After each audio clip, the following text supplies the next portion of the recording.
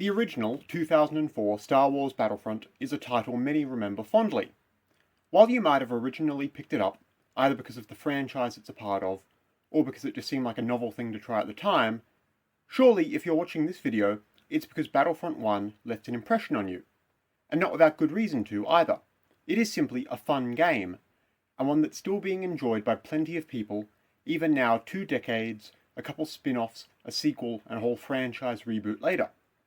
And I want to make the case that the reason the original Battlefront has lasted so long isn't just because of the brand name it's attached to, or the story, or the nostalgia factor alone, but specifically because as a team-based shooter, it shows off some of the best map design in gaming, period. So please join me as I briefly break down what makes each of the original Star Wars Battlefront's maps so good. Today, I wanted to talk about what I think of as being the original Battlefront's most dynamic map, Yavin 4 Temple.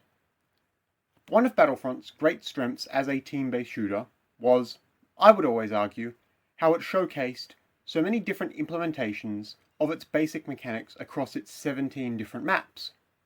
What I mean by that is, your objectives were always basically the same on any map. You try and shoot all the enemies before they all shoot all of your side.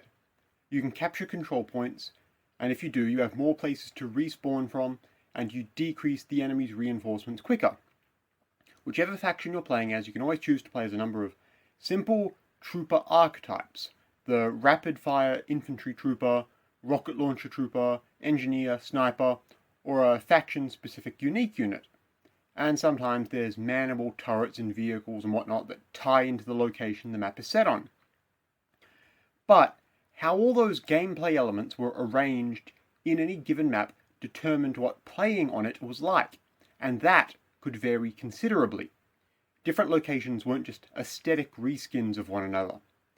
Some maps had a distinct attacker-defender layout, some were more or less symmetrical. Some were big, some were small, some had a big focus on vehicles, some didn't. Some maps were open, others were much more enclosed. What I find most notable about the map I want to talk about today, Yavin 4 Temple, and why I call it the most dynamic map in the game, is that I think it does something fairly special and unique. Rather than focus on incorporating just one of those design elements, Temple showcases a whole bunch of different map geometries and design set pieces and environmental layouts, all in this one map. You get various sections of this location which are themselves radically different from one another, and which facilitate different modes of gameplay, to the point where I might just argue that no other map in the original Battlefront naturally leans into supporting more different playstyles than this one. And on top of all that, in my experience, this is also the map where what will happen in any given match is the least easy to predict. Who's winning and who's in control of what command points can all change the quickest here. So let's talk about why that might be then. So I might as well start from the top of the map down then. At the northernmost point of the gameplay area is the titular temple complex. This is the most enclosed area of the map, and in fact it's the only fully indoors part. It's essentially one large open hangar. Walls on all sides except for the entrance, a high ceiling above, with a staircase on either side leading up to a much smaller room overlooking it. This hangar will always be the main command post for one of the 2 teams at the start of every match here. And it's also the spawn area for a bunch of speeder bikes that team will be able to use. But, more towards the end of a round, that overhead room will likely become the scene of a resolute last stand. It's too far back from the hangar and much too enclosed for any large vehicle to enter, so any fighting here will typically always be between close-range infantry, like any of the soldier class units, or perhaps some of the more durable, unique faction-specific units like the CIS Droideka or the Rebels Wookiee Warriors. But that central temple is just one feature on this map named after it. Beyond the hangar entrance, further down the map, is the altar. This is a very large, climbable, pyramid-shaped structure with its own command post at the very top. Because this command point is more out in the open, taking it will always be more about positioning yourself and playing smart, rather than just trying to brute force your way into the enemy's final holdout. From up on top of it, you do have clear visibility to any foes below, although of course you'll have to be careful not to make yourself too obvious a target either. The pyramid altar is also surrounded by a handful of tower turrets, which are unique to this map.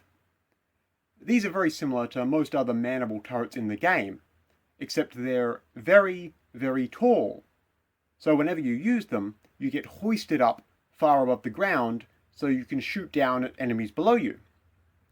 A lot of other maps in Battlefront play around with an element of verticality through uneven terrain, but I think you get something here that you don't get practically anywhere else in the game. That is, combat between units almost directly above and below one another. It all comes together to create a whole section of the map which has its own King of the Hill vibe. It's a whole battle dynamic playing out in miniature over this mysterious pyramid.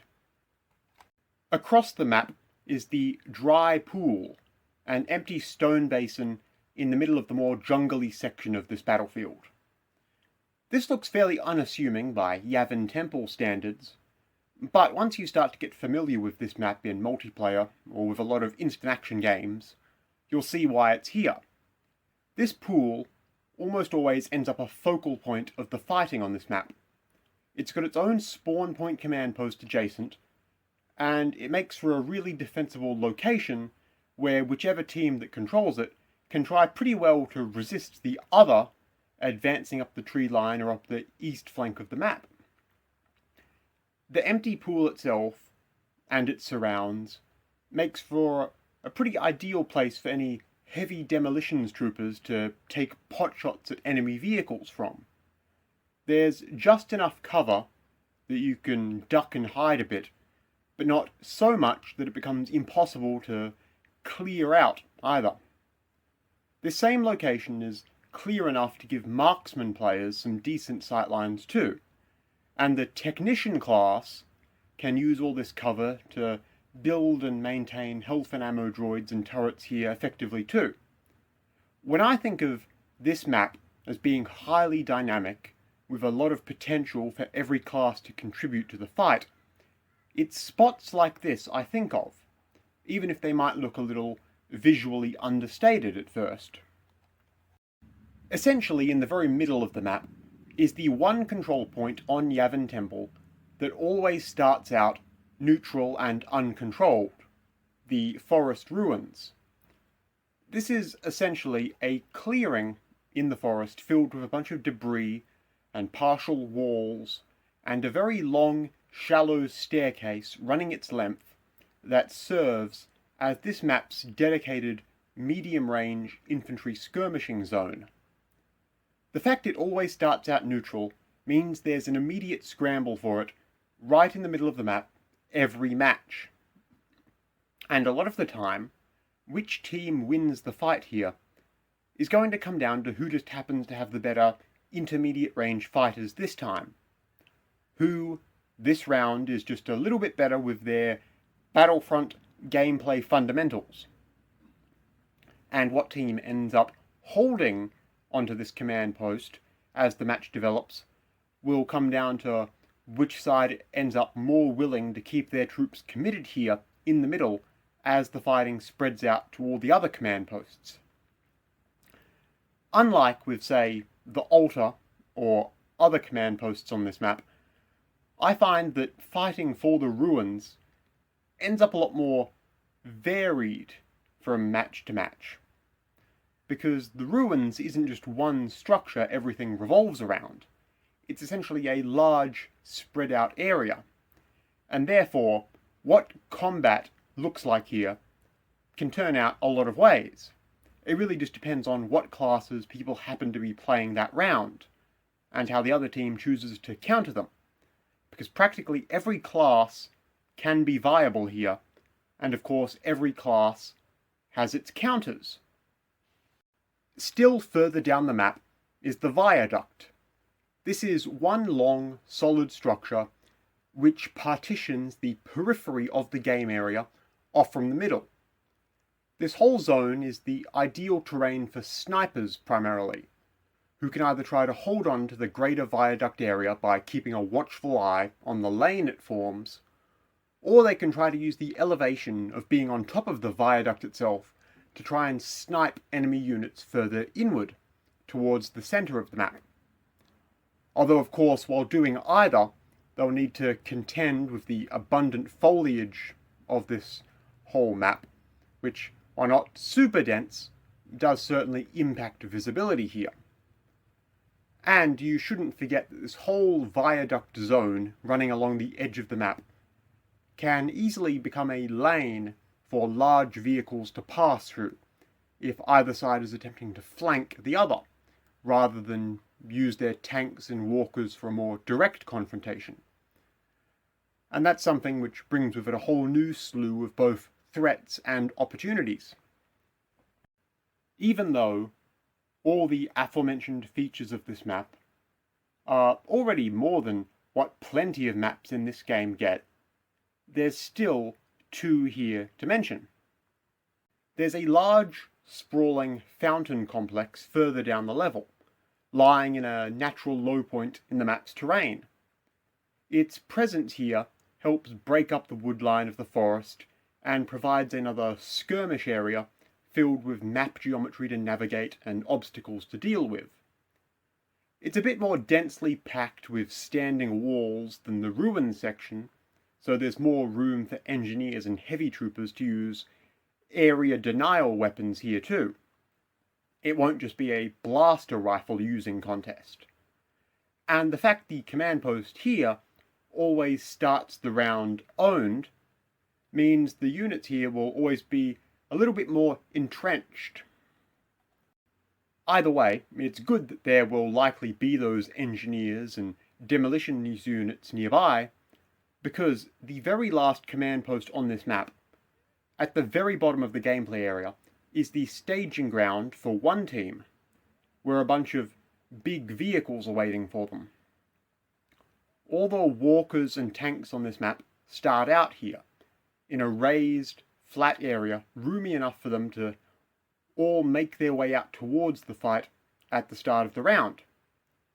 This elevated position will take a lot more than most to capture. But what I find a lot of people miss about this spot is that there's actually a very narrow path leading all the way from the edge of the map right to this command post, which you can get onto fairly close to the viaduct spawn point. This is one of the narrowest, most fraught pathways in all of Battlefront, but you can try to lead a small group up there to take on the vehicle spawn area. It's always a gamble, but it could pay off big if you manage to limit the enemy's access to heavy armor. Even just doing a really quick rundown like this of the command post areas on this map and what classes do well on them shows off how much can be going on at any one time in a match here. I think it makes a lot of sense that Yavin Temple ended up being one of the few Battlefront 1 maps to return, more or less unchanged, in the sequel.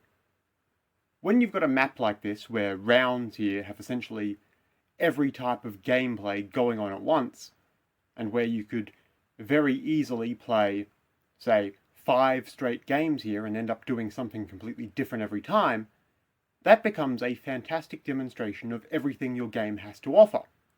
It's the sort of map that fans will get an incredible amount out of. Of course, Temple isn't the only great map in the game, and remarkably, even though there's so much to do here and so much great design work on display, I actually wouldn't call this one my personal sole favourite map in the game.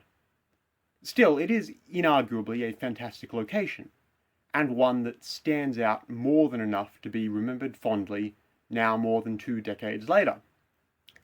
That said, if you might like to hear me break down what makes so many other Battlefront maps so good, or what my personal favourite map is, there will be a Battlefront map analysis playlist linked at the top of the description, or you can subscribe to the channel and stay tuned for the next video.